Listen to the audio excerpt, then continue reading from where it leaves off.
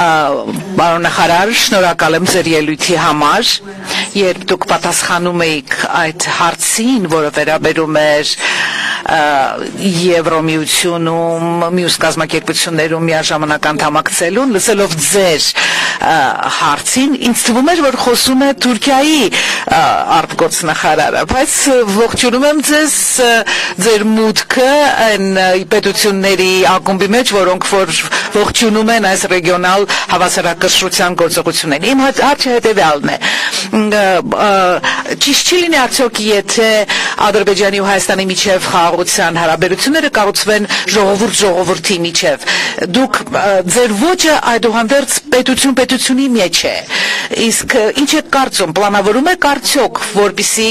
այդ մոտեցումը խաղաղության կառուցումը կառուցվի ժողովրդից ժողովրդի միջև։ Եվ իմ դա առաջին հարցն էր, երկրորդը Թուրքիայի եւ Հայաստանին է վերաբերում։ Ինձ հետաքրքիր իմանալ արդյոք կա կամք պատրաստակամություն երկու կողմերի միջև մեծացնել, այսպես ասած, շարունակել կոնտակտների երկրորդ փուլը, աստիճանը, ասեմ, կամ ֆազը, որ արդյոք դուք նույնպես Անկարայի հետ միասին գուցե պլանավորում եք, որ պետք է երկրորդ փուլը սկսել, այսինքն երկրորդ ուղղությունը գնալ խաղաղության կառուցման։ Ես կարող եմ պատկերացնել, որ ռուսները, իրանացիները գուցե նրանց մի փոքր խանգարում կամ անհանգստացնում է ռեգիոնում Ամերիկայի ներկայությունը, թեև սա ամենայն հավանականության կարող է լինել շատ, ոնց որ ասեմ, մասնավոր նախաձեռնություն, որի մեջ դուք ընդգրկվեք։ Ես ինչքան ինքս եմ հասկանում, այս կորիդորը իրականացնել, այս միջանցքը իրականացնել համար կարող են մասնավոր ընկերության ներկայություն։ Ինչպես եք դուք դիտում արձագանքը Ռուսաստանի եւ Իրանի այդ նախաստորագրմանը Վաշինգտոնում այն պայմանագրի եւ այն փաստին, ինչպես եք վերաբերում, որ Վաշինգտոնը հայտնվելու է տարածաշրջանում։ Ես ուզում եմ պատկերացնել, թե ինչ հարց կար, որ դուք չտվեցիք, բայց ես իհարկե սիրով կպատասխանեմ բոլորին։ Իսկապես, երբ խոսում ենք Հայաստանի եւ Ադրբեջանի մասին հաստատված խաղաղության մասին, մենք պետք է հասկանանք, որ հիմնական սկզբունքները համաձայնեցված են, օրինակ, երբ դա վերաբերում է փոխկապակցությանը, մենք պետք է հասկանանք, որ խաղաղությունը հաստատված է, հռչակված է, պայմանագիրը խաղաղության նախաստորագրված է, բայց այս ամեն ինչով հանդերձ մնում են հարցեր, որոնք դեռ ենթակա են կարգավորման, եւ օրինակ մեկը կնշեի հենց ձեր բացացած հարցը քաղաքացիների միջև հարաբերությունները, քաղաքացիների միջև կապերը, երկու հասարակությունների միջև կապերը եւ նաեւ պետք է ընդունենք, եւ այս մասին բարձրաձայն ասել է պետք, որ այդ հաշտեցումը ժամանակ է պահանջելու, այդ հաշտեցման կարիքը կա, բայց այս պահին ամբողջական, այսպես ասած, հասարակությունների մտավոր, հաշտեցման բացակայությունը, ամբողջական հաշտեցման բացակայությունը, նաև օբյեկտիվ է, նաև պայմանավորված է հոգեբանական խորը տրավմայով, որ հասարակություններ ունեն, վերքերով, որոնք դեռ շատ թարմ են եւ հաղթահարելու խնդիր կա եւ ժամանակ է պահանջվում եւ այս առումով քաղաքացիների միջև կապերը, այդ թվում եւ քաղաքացիական հասարակությունների միջև կապերը եւ շփումները շատ կարեւոր են։ Այդ պատճառով այդ կապերը մենք ուշադրություն ենք դարձնում դրան, մենք հասկանում ենք նաեւ Ադրբեջանի ընկալումն է այդպես օրեր առաջ տեղի ունեցան քաղաքացիությունը եւ շաբաթներ գուցե առաջ տեղի ունեցան քաղաքացիությունների ներկայացուցիչների միջև հանդիպումներ Հայաստանում, հենց հիմա այս լսարանում ես որքանով տեղեկացված եմ, ունենք լրագրողներ կամ փորձագետներ Ադրբեջանից, այդպիսի միջոցառումներ պետք է լինեն Ադրբեջանում, պետք է ներկայացուցիչներ լինեն Հայաստանից եւ միայն սա է ճանապարհը այդ երկխոսությունը զարգացնելու նաեւ հասարակությունների միջև։ Ինձ ամենայն դեպս այլ բանաձև հայտնի չի, ենթադրում եմ մենք եւ Ադրբեջան առաջի երկրները չենք, առաջի ժողովուրդները չենք, որ կոնֆլիկտից հետո այս ճանապարհի միջով անցնում են, դա ցավոտ գործընթաց է, հեշտ բնավ գործընթաց չի, բայց գործընթաց է, որ պետք է արվի առաջին քայլը, երկրորդ, երրորդ, 10-րդ եւ գուցե, չգիտեմ, 1 տարի հետո մենք հանդիպենք եւ ասենք արձանագրենք, թե ինչպիսի էական ուրեմն տարբերություն կա այդ պահի դրությամբ համեմատած այսօրվա, այսօր այդ էական տարբերությունը կա համեմատած 1 տարի առաջվա։ Այնպես որ շարունակելու ենք մենք որպես կառավարություն համենայն դեպս եւ խրախուսելու ենք այս քաղաքացիների միջև կապերը, այլ գաղափարներ եւս կան, թե ինչպես կարող ենք այդ ուրեմն երկխոսությունը զարգացնել։ Ինչ վերաբերում է Թուրքիային, հետաքրքիր նրբերանգ կա այստեղ։ Իմ կարծիքով Թուրքիայի հետ մեր երկխոսությունը կամ Թուրքիայի հետ հարաբերությունների այս առումով ձեր նշած ասպեկտով հայելային հակապատկերն են Ադրբեջանի հետ եղած իրավիճակին։ Ադրբեջանի հետ, այս նայեք ինչ նկատեմ, Ադրբեջանի հետ մենք ունենք կառավարությունների միջև հաստատված խաղաղություն, համաձայնեցված սկզբունքներ, գործընթաց, որը պիտի շարունակվի, առանձին հարցերի շուրջ։ Եվ քիչ առաջ ձեր բարձրացած հարցով մենք խոսում էինք այն մասին, որ պետք է ջանք գործադրվի նաև հասարակությունների միջև, մարդկանց միջև, ուրեմն այդ հաշտեցման ուղղությամբ։ Թուրքիայի պարագայում ես կասեի ճիշտ հակառակն է։ Տարիներով, տասնամյակներով փակ սահմանների պայմաններում մարդիկ գնացել են, այցելել են իրար, առևտուր ա եղել եւ կա շատ շոշափելի։ Պրոբլեմն է նա եղել, որ այդ առևտուրը երրորդ երկրով է անցել։ Թռիչքներ են եղել եւ այսօր էլ կան, պայմանավորվածություն կա ավելացնել թռիչքները, հիմա եւ դեպի Երևան եւ իմիջիալոց դեպի Գյումրի եւ ըստ այդմ Թուրքիայի քաղաքներ, Ստամբուլ, ենթադրում եմ Անկարա եւ այլն։ Այսինքն այդ խնդիրը մենք Թուրքիայի հետ երբեք չենք ունեցել։ Թուրքիայի հետ խնդիրը եղել այն, որ սահմանը եղել է փակ եւ դիվանագիտական հարաբերություններ չկա։ Հիմա ես պետք է ուրախությամբ արձանագրեմ, որ Թուրքիայի հետ մենք ունենք շատ, իսկապես շատ ինտենսիվ եւ բովանդակային քաղաքական երկխոսություն։ Եվ դա այդ գործընթացը եղել է շատ հանրային, բոլոր հանդիպումները, վարչապետ Փաշինյանի այցը Թուրքիա, իմ այցերը եւ մասնակցությունը Անտալիայի դիվանագիտական ֆորումին, չգիտեմ, Թուրքիայում տեղի ունեցած այդ ողբերգական երկրաշարժից հետո Հայաստանի արձագանքը, փրկարարների գնալը եւ բազմաթիվ բաներ կարող ենք նշել։ Հիմա նաեւ փոխգործակցության եւ վստահության ամրապնդման այլ միջոցներ եւս քննարկվում են մեր եւ Թուրքիայի կողմից։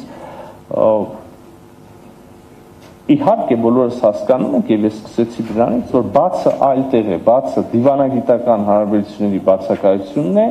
եւ բացը փակ սահմանն է։ Հիմա այդ բացը պետք է լրացվի։ Սա է պակասում։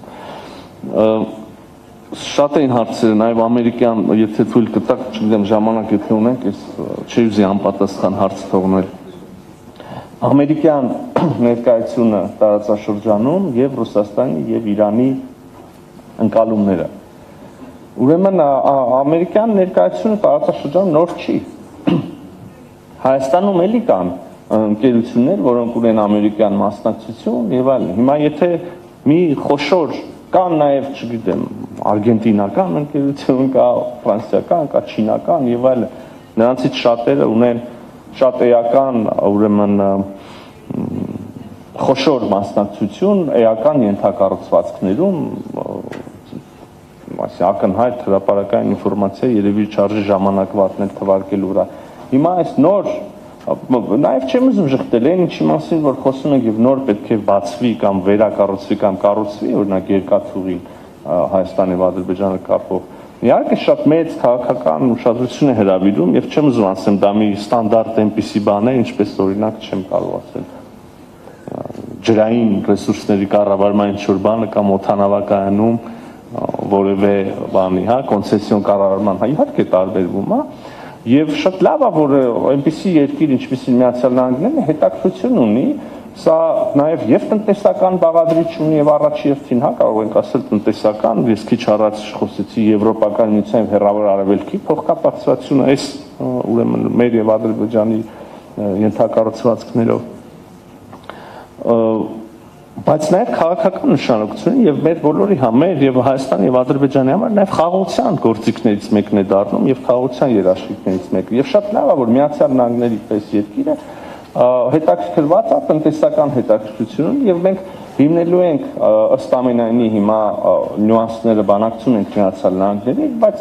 իմ պատկերացման առնվազն պետք է կլինի հայ-ամերիկյան ինչ-որ ձեռնարկություն, որը կկառուցի այդ երկաթուղին եւ ուրեմն կզբաղվի ամենօրյա մենեջմենթով, հա։ Սա չի նշանակում, նորից այդքան խոսում ենք, բայց տարբեր հարցերի մեջ ես այդ ենթատեքստը տեսնում եմ, սա չի նշանակում ամերիկյան վերահսկողություն ենթակառուցվածքի նկատմամբ։ Սա բոլոր այն հարցերը, որոնք վերաբերելու են ինքնիշխանությանը, իրավազորությանը, լուծված են։ Լինելու է Հայաստանի ուղիղ ինքնիշխանությունը այդ ենթակառուցվածքի նկատմամբ, գործելու է Հայաստանի ուղիղ իրավազորությունը, այստեղ երկրորդ կարծիք լինել չի կարող, որովհետև առնվազն դա ստորագրված է արդեն եւ հրապարակված է։ Եվ հետեւաբար վերահսկողություն, անվտանգություն, դրանից բխող բոլոր բաները դա Հայաստանի Հանրապետության ինքնիշխան բացառիկ իրավունքն են եւ այդ իրավունքը որևէ կերպ չի խախտվելու։ Խոսքը գնում է տնտեսական մենեջմենթի կառուցման եւ մենեջմենթի մասին։ Այ սրա համար էլ, քանի որ սրա մասին է խոսքը, մտահոգություններ չեն հնչել պաշտոնական Թեհրանից կամ Մոսկվայից։ Ես կարող եմ կային իհարկե վերլուծություններ կային, երբ որ դեռ պարզ չէր դետալները եւ այլն, եւ ներկայացվել է եւ Ռուսաստանի Դաշնության եւ Իրանին եւ ողջ աշխարհին այդ պայմանները, որի շատ համառոտ, բայց էական նկարագրություն ես քիչ առաջ տվեցի եւ ահա այս պայմանները որևէ կերպ մտահոգիչ չեն ոչ Թեհրանի համար, ոչ Մոսկվայի, ճիշտ հակառակը, օրինակ եւ Իրանն է հետաքրքրված այս փոխկապակցվածությամբ եւ Ռուսաստանի Դաշնությունը, ես կարող եմ վկայակոչել օրինակ Ռուսաստանի փոխվարչապետի հայտարարություն, դա է գալիս մտքիս առաջինը, որը ուղղակի նշեց օրեր անց Վաշինգտոնյան համաձայնությունից հետո, որ իրենք էլ հետաքրքրված են եւ ուզում են որևէ կերպ մասնակցություն ունենալ։ Ի վերջո այլ ենթակառուցվածքներ, այլ երկաթուղիներ Հայաստանում նաեւ մենեջմենթ իրականացում է ռուսական ընկերության կողմից, այնպես որ իսկապես նորից ու նորից վերադառնալով ձեր ձևակերպմանը ստեղծված է այնպիսի մի հավասարակշռության կետ, որը շահավետ է բոլորին։ Սա է ամենայն դեպս իմ ընկալումը եւ հենց դա էլ երաշխիքն է նրա, որ այս ամեն ինչը կկենսագործվի եւ կունենա երկար կյանք։ Ներողություն, մի փոքրիկ տեխնիկական դետալ էլ նորից։ Ես հասկանում եմ, որ հիմա բոլորը ովքեր ասում են միջանց, նկատի ունեն տնտեսական միջանցքները, լոգիստիկ ուղիները, որոնցով հետաքրքրված են աշխարհի բոլոր երկրները, բոլորը հիմա փորձում են ինչ-որ նոր միջանցքներ գտնել։ Հարցը այն է, թե ով ինչ է հասկանում այդ միջանցք ասելով։ Մենք էլ Հայաստանում ունենք հյուսիսարավ ճանապարհային միջանցք, անունը տենց է։ Կան բազմաթիվ այլ այդպիսի միջանցքներ, որոնք միայն ողջունելի են բոլոր հնարավոր մասնակիցների կողմից։ Այս դեպքում, երբ որ ասում ենք միջանց, կա մի նրբերանգ եւ ես կխնդրեի չօգտագործել այդ տերմինը, ամենայն դեպս ենթակառուցվածքների այն կտորի մասով, որը կապելու է, որը անցնելու է Հայաստանի հարավով։ Ինչու՞, որովհետեւ մենք քիչ առաջ խոսում էինք այն մասին, որ տարբեր երկրներ բանակցությունների տարբեր փուլում այս կամ այն կերպ ցանկություն են ունեցել օրինակ անվտանգային կամ ռազմական ներկայություն ունենալ երկաթուղու երկայնքով կամ համենայն դեպս այդ գաղափար օդում եղել է, անընդհատ խոսվել է եւ այլն, կամ վերահսկողություն ունենալ այդ ենթակառուցվածքի նկատմամբ։ Ես արդեն ասացի, որ լինելու է դա Հայաստանի Հանրապետության բացառիկ իրավունքն է, բայց մենք հիշում ենք դեռ այդ բանացումների ընթացքը եւ եթե որևէ մեկը սենյակում ասում միջանցք, մեր մոտ մեխանիկորեն արթնանում է այդ մտահոգությունը, որ ինչ որ մի թաքնված այլ մտադրություն կա այստեղ, որը կարող է վնասի Հայաստանի Հանրապետության ինքնիշխանության։ Հետևաբար կա այդ ենթակառուցվածքի պաշտոնական համաձայնեցված անուն, որի տակ կա վարչապետ Փաշինյանի ստորագրությունը, նախագահ Ալիևի ստորագրությունը, նախագահ Թրամփի ստորագրությունը եւ ես ձեզ կարող եմ վկայակոչել, երբ չեմ հիշի ամբողջական ցանկը, բայց կարող ենք ինտերնետում գտնել բազմաթիվ երկրների ղեկավարներ եւ միջազգային կազմակերպություններ հեղինակավոր, որոնք ողջունել են հենց այդ անվամբ ենթակառուցվածքի ստեղծումը, այդ պայմաններով ապաշրջափակումը եւ այդ անունն է TRIP, Trump, route for international peace and prosperity, trip ուղի։ Սա է, ինչ որ լինելու է Հայաստանի հարավում։ Մնացած ով ինչ սիրած անուն ունի իր մտքում կամ ով ինչ բան ա գրում, երևի կիրառելի չի մեր